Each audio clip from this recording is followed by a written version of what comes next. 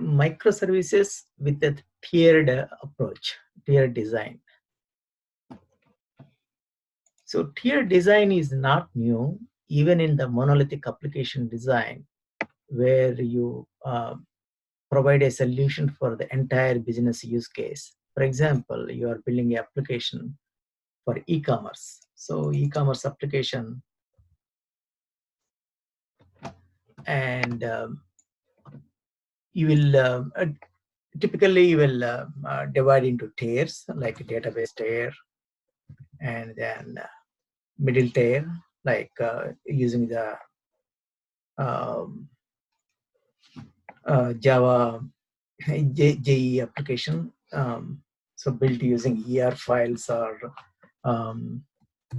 .NET application like that, middle tier, and the GUI tier. GUI tier could be, you can develop with struts and or modern AngularJS or React.js or any of these JavaScript framework. So still you will have the independence of choosing a technology for the web layer or GUI layer independently, and you can build the middle layer with whatever technology you want, and database tier. So the problem is it is monolithic, and it is a single deployment, and it is hard to distribute this application. So entire bundle has to be deployed wherever you want. So in the J2E solution space, you could divide into multiple ER files. Say ER for some order, ER for fulfillment, and ER for say payments. Like that, you could divide this application, monolithic application, within the scope into multiple ER files, and you can deploy independently. But the hardware and infrastructure will be same, and you cannot distribute this application into multiple environment, multiple machines, and or even you cannot distribute into, say, one in a house and one in cloud and another in another cloud, like that. So the solution is microservices. So microservices, the meaning is in the name itself. It is a monolithic service is divided into fewer microservices. So this single tier will become multiple tiers. So from top to bottom, it will be independent tier. So this is one tier. So here, say for example, this is it will have its own database, whatever this use case. So let us think this use case is order. So this order tier, order microservice, will have from top to bottom everything by itself, independent thing. And it can be deployed anywhere, and you can deploy any number of instances you want, and wherever you want. So it's completely independent from, say, a payment microservice. Also, the main beauty of this is this UI could be React.js. You can build using React.js technology or Node.js technology. This can be AngularJS. So there is a lot of flexibility in choosing the technologies for UI and middle tier and the database tier.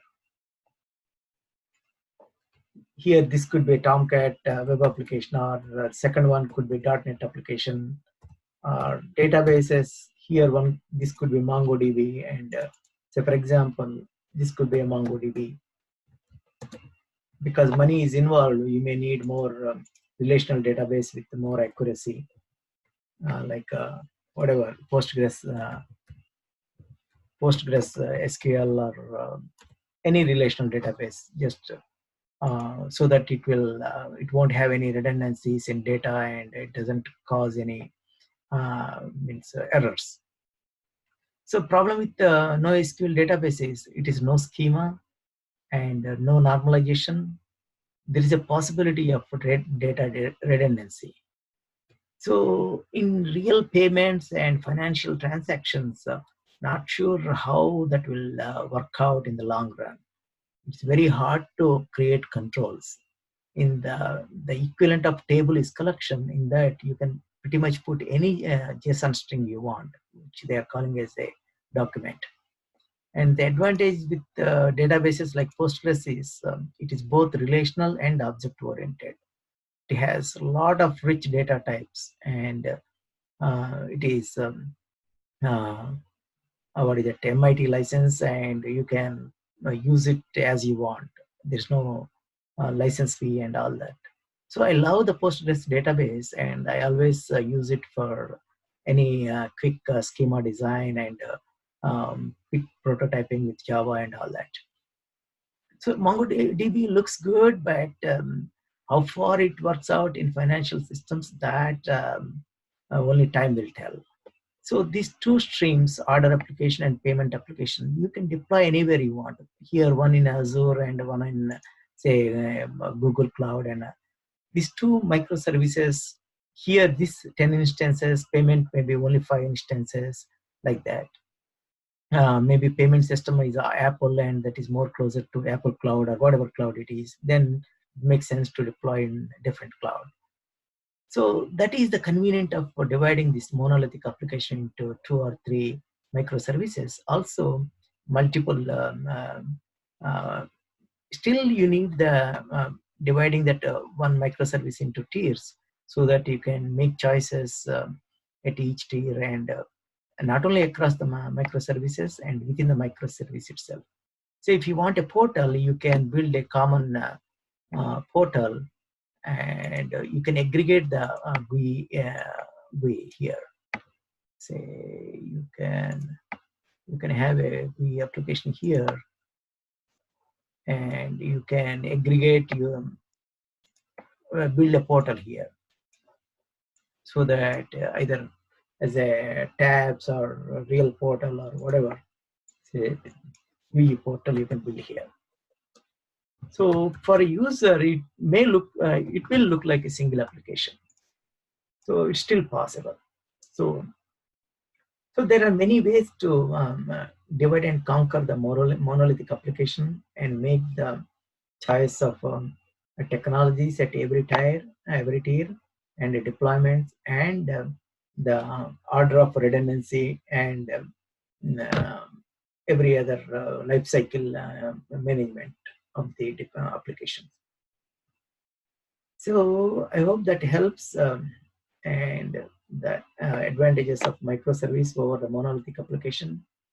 There are, but the problem is, how do these microservices talk to each other? Internal, there will be a lot of network traffic in between. If it is a single within the same JVM, all the ER files, they can directly, there won't be any network traffic within the machine. So it doesn't cross the Ethernet card. So there are some, what if one of the microservices is faulty?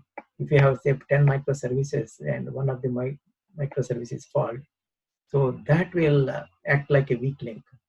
So as the strength of the chain is as equal to the strength of the weakest link. So here, if that one microservice goes down and that is critical one, others cannot proceed. So there are some disadvantages, and there are some solutions like circuit breakpoint and all those things to fall back to the previous version, that microservice. And also you can build separate Docker containers and Kubernetes clusters so that they can scale by themselves. These payments can scale in a separate Kubernetes pod, and order can scale by itself in a separate Kubernetes pod. So it will spawn, Kubernetes will spawn additional Docker instances if the load is 80%, 90%, like that. So that advantages are there. But having said that, there could be disadvantages like a weakest link, which will bring down entire chain. Um, so I hope that helps, and thank you very much.